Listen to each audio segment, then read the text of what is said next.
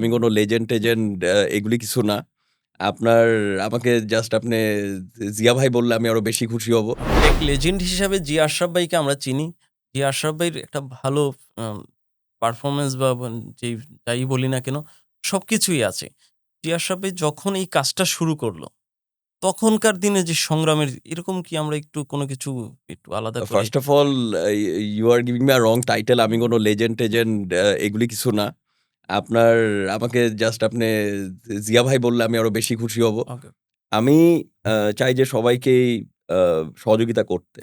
আম এখন দেখেন, আমি যেহেতু সবার অনেক আগে অ্যাকচুয়ালি লাইক ধরেন ২০১৩ তে আসছি। এসে পুরা টেক ইনফ্রাস্ট্রাকচারটাকে অল্প করে আ সামনের দিকে দেখেছি। So I have gathered a lot of experience.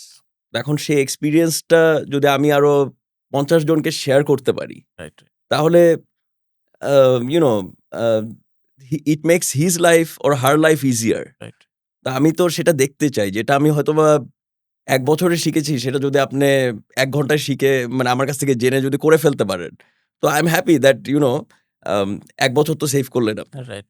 And আমি এটা মনে করি যে আমি প্রত্যেকদিন আম একটা ভালো কাজ করব বা একজনকে আমি হেল্প করব বা একজনকে I'll advise him something good or I'll try to make him happy. So that over a period of say 1 year at least আমি ৩৫০ জনকে তো I can do something for them. Right, right. So that is how I look at the whole um, I look at myself about সবাইকে help করার জন্য। ওকে।